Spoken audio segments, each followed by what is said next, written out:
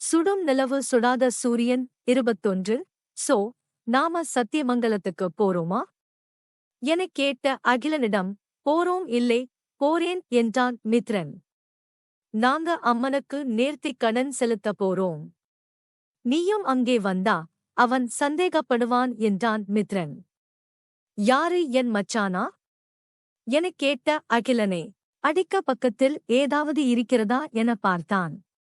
அவன் ஒரு பேச்சுக்கு அமிதாவை பார்த்து சிஸ்டர் என்று ஒரு தடவை சொன்னா அதையே சாக்கா வைச்சுட்டு என்னை வெறுப்பேத்தரே என எரிச்சலுடன் சொன்னான்.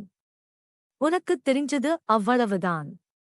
அமிதாவோட டிரஸ் பொட்டிக்கு சித்தார்த் வந்து பார்த்து இருக்கான். அவ செய்யற டிசைனை எப்படி பிராண்டா மாத்தறது என்று சொல்லியிருக்கான்.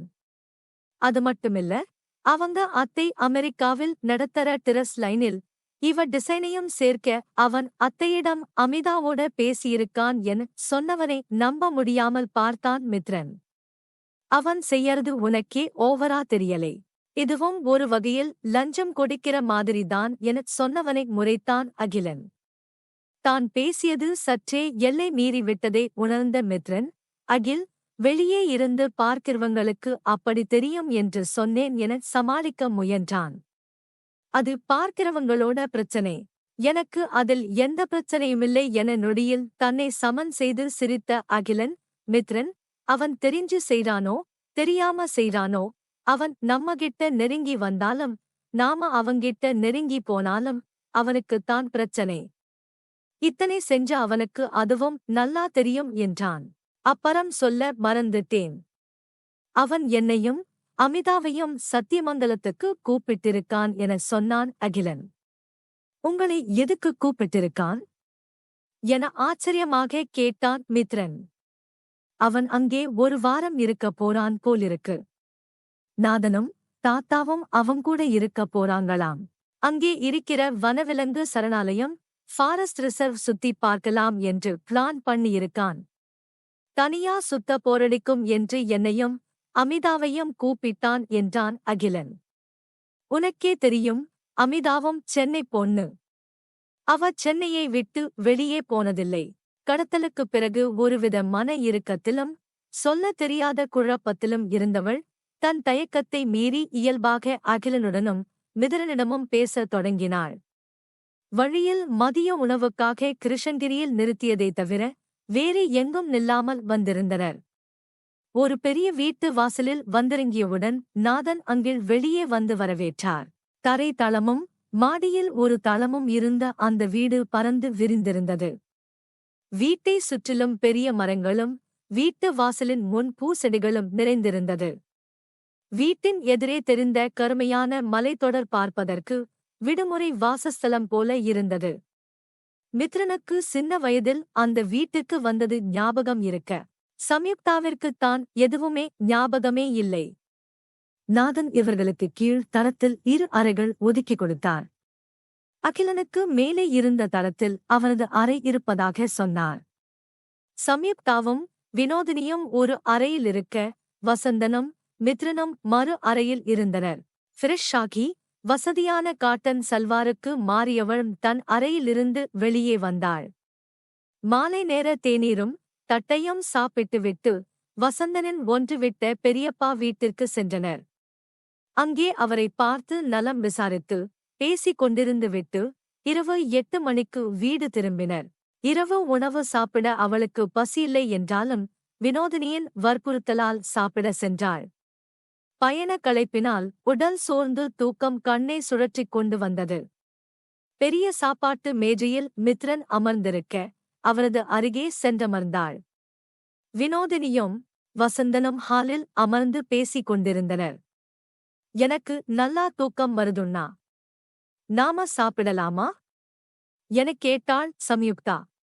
2 நிமிஷம் வெயிட் பண்ணு, அவங்களும் வரட்டும் என்றான். சரி என்று தலையசைத்தவள் அதற்கு மேல் தெம்பில்லாமல் மேஜையில் தலை சாய்த்து படுத்தவள் அப்படியே அசந்து தூங்கிவிட்டாள். சம்யு என மித்ரன் லேசாக அவள் தோளை தட்ட மசமசத்த கண்களுடன் நிமிர்ந்து உட்கார்ந்தாள். வெற்றிவேல் தாத்தாவின் குரல் சத்தமாக கேட்க அனிச்சையாக திரும்பி பார்த்தாள். அவர் வசந்தனுடன் பேசியபடியே சாப்பாட்டு மேஜையில் வந்து அமர்ந்தார். இது அவரது வீடு என்று அவளுக்குத் தெரியும். ஆனால் இந்த சமயத்தில் அவர் இங்கே இருப்பார் என்று எதிர்பார்க்கவில்லை. இவர் இங்கிருந்தால் ஒருவேளை அவனும் என்று அவள் யோசித்தபடியே பார்வையை திருப்ப எதிரே சித்தார்த் அவனது செல்போனில் எதையோ பார்த்தபடி அமர்ந்திருந்தான். அவனை பார்த்ததும் மனதில் பலவித கலவையான உணர்வுகள் தோன்றி மறைந்தன. பயம், கோபம், வெறுப்பு, அதிர்ச்சி என கலவையாய் உணர்வுகள் தோன்றினாலும் மனதின் ஓரத்தில் லேசான குறுகுறுப்பும் எட்டிப் பார்த்தது. மனதின் உணர்வுகள் முகத்தில் தெரியத் தொடங்க இயல்பாக தலையை குனிந்து கொண்டாள். ஹாய் சம்யூ என அவள் தோளை தட்டி பக்கத்தில் அமர்ந்த அமிதாவை பார்த்ததும் ஆச்சரியமடைந்தாள். அண்ணி, நீங்க எங்கே இங்கே என சந்தோஷமாக கேட்டாள். நான் இந்த ஊரை பார்த்ததில்லை என்று சித்தார்த் கிட்ட சொன்னேன். அவன் வரும்போது என்னையும் கூட்டிட்டு வந்தான் என்ற அமிதா சித்தார்த்தை பார்த்துச் சிரித்தாள். அவளைப் பார்த்து ஹாய் என சம்பிரதையமாக சொல்லிவிட்டு சித்தார்த் தன் செல்போனில் ஆழ்ந்தான். அமிதாவின் அருகே அகிலன் அமர இரவு உணவை சாப்பிட்டபடியே பேசினர். அனைவரும் ஏதோ பேசிக் கொண்டிருக்க அவளுக்கு எதுவும் சாப்பிட தோன்றவில்லை, பேசவும் தோன்றவில்லை. அமிதா கேட்ட கேள்விகளுக்கு ஒற்றை வார்த்தையில் பதிலளித்தவள் பேருக்குச் சாப்பிட்டு எழுந்தாள். தன் அறைக்குச் சென்று படுக்கையில் படுத்தவள் கலவையான எண்ணங்களுடன் தூங்கி போனாள். மறுநாள் காலை அவள் எழுவதற்கு முன்பே வினோதினி குளித்து முடித்திருந்தார். சிறிது தொலைவில் உள்ள அவர்களது தூரத்துச் சொந்தக்காரர்கள் வீட்டுக்கு வசந்தனுடன் செல்வதாக சொன்னார். அவள் சோர்வாக இருப்பதால் வீட்டிலே இருப்பதாக சொல்ல அவர் வசந்தனுடன் கிளம்பி சென்றார். அவள் குளித்துவிட்டு வெளியே வந்தபோது அமிதாவும் அகிலனும் காலை உணவு சாப்பிட்டுக் கொண்டிருந்தனர். அவர்களுக்கு முகமன் சொன்னவள் தானும் அமர்ந்து காலை உணவை சாப்பிட்டு முடித்தாள். பெரிய வராண்டாவில் இருந்த சேரில் சென்றமர்ந்தவளின் அருகே அமிதா வந்து அமர்ந்தாள். ஏன் சம்யூ, ஒரு மாதிரி டல்லாயிருக்கே எனக் கேட்டாள் அமிதா. தெரியலை அண்ணி, நேற்று 8 மணி நேரம் திராவல் பண்ணதில் அலுப்பாயிருக்கு என சலித்தபடி சொன்னாள். இப்படியே உட்கார்ந்திருந்தா இன்னும் போரடிக்கும், அலுப்புதான் அதிகமாகும். பக்கத்தில் ஒரு புலிகள் சரணாலயம் இருக்கு, நாங்க அதை பார்க்க போறோம். நீயும் எங்களோட வா என்றாள். இல்லை அண்ணி, நீங்க 2 பேரும் போயிட்டு வாங்க என அவர்களுக்கு தனிமை கொடுக்க நினைத்துச் சொன்னாள். சம்யூ, தனியா போக நாங்க என்ன ஹனிமூன் தம்பதியா? எங்களுக்கு கல்யாணம் முடிஞ்சு 2 வருஷம் ஆயிடுச்சு என அமிதா சொல்லும்போது அமி டார்லிங், நமக்கு மேரேஜ் முடிஞ்சு 2 வருஷம் ஆயிடுச்சா? நம்பவே முடியலே. 2 மாசம் மாதிரி வேகமாக ஓடி போச்சு என்றான் அகிலன். ஏன் ஓடி போகாது? வீட்டுக்கே வராம போலீஸ் ஸ்டேஷனையே கட்டிக்கிட்டு இருங்க. 2 மாசம் என்ன? 2 நாள் மாதிரி தான் தெரியும் என கடுப்பாக சொன்ன அமிதாவை இல்லை டார்லிங் எனத் தொடங்கியவனே அமிதாவின் கோப பார்வை அமைதியாக்கியது. சம்யூ, கிளம்பு, மித்ரனும் எங்க கூட வர்றான் என அகிலன் சொன்னவுடன் வாசலில் நின்ற ஜீப்பின் பின் சீட்டில் அமிதாவுடன் ஏறி அமர்ந்தாள். எதிரே இருந்த சீட்டில் அகிலன் வந்து அமர்ந்தான்.